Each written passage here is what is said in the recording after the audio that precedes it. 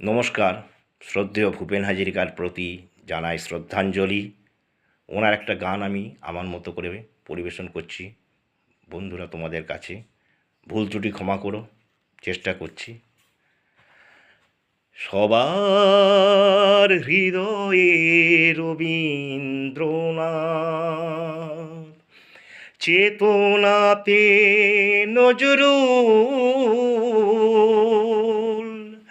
যতই আসুক বিঘ্ন বিপদ, হাওয়া হোক প্রতিকূল,